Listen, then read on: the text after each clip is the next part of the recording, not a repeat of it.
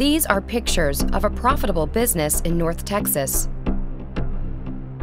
Puppy mills, as they're called, are commercial dog breeding operations where profit is given priority over the well-being of the dogs. Their businesses built on the backs of suffering animals. When we use the phrase puppy mill, we're really talking about an operation where the animals are abused through the housing and care.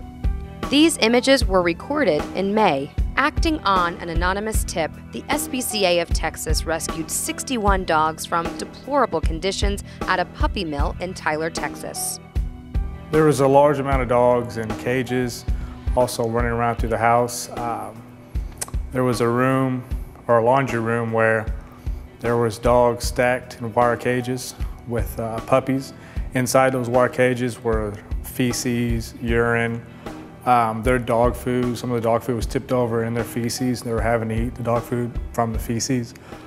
The puppy mill operators are purely looking for quantity and not quality. There was Chihuahuas, Poodles, Pugs, Pomeranians, Cocker Spaniels. Puppy mill owners are deceptive. They know which dogs are best sellers, and they market the cute puppies online, at flea markets, and at roadside parking lots. They pose as caring breeders with just a few puppies to sell. The internet has created a vast universe of opportunity for puppy mill operators to create a virtual Shangri-La. On the website, it'll look great. They'll take photographs that will imply that they're coming from a wonderful, loving home and not a breeding factory or a puppy mill. They don't want you to know the truth.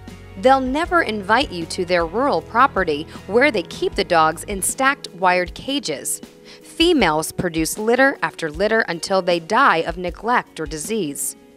Many dogs spend their entire lives in a single dirty cage. At least the pups are cleaned up and taken for sale until they get too old.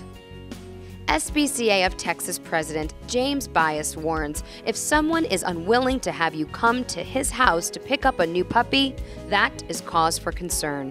What's driving their operation is the bottom line to make money. And when a cute puppy goes home, disease and genetic defects are part of the deal. Many, many dollars later, unsuspecting buyers are heartbroken. Unspeakable cruelty, deception, heartbreak. That's why the SPCA of Texas is working so hard to eliminate puppy mills. And that's why there are so many concerned community partners working with us. After rescues like Tyler, the SPCA of Texas offers dogs a chance at a new life. The first task is getting them healthy. The next is helping them trust people again. Majority of them were unsocialized, but there were a few that come up to you and you're able to pet. I know when we seized them, we got them back to the shelter. 2 or 3 days later, they were all running up to you. That's where foster parents, like Mary Ann Broen, come into the picture. From the Tyler raid, she cared for a terrier mix named Parker and her litter of puppies. When we first got her, she was pretty scared. You had to move slowly around her.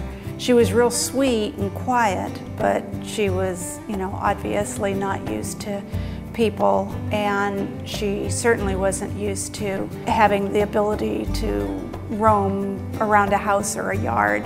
In time, though, changes were clear. It was a day-by-day progression, and that's what makes fostering so rewarding, is you can see the progress that they're making. Now, little Parker is a permanent member of the Votes family.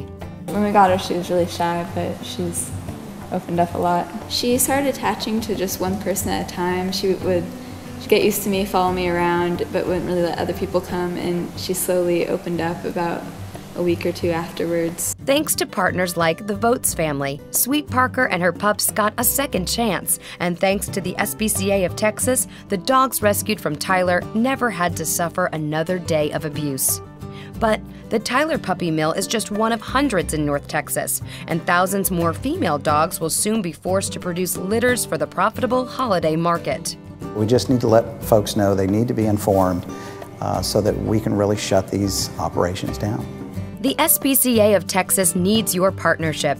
Education is key, so spread the truth about puppy mills and keep reporting them so they can be closed down. Legislation helps, so talk to your representatives in Austin. Volunteer to foster rescued animals.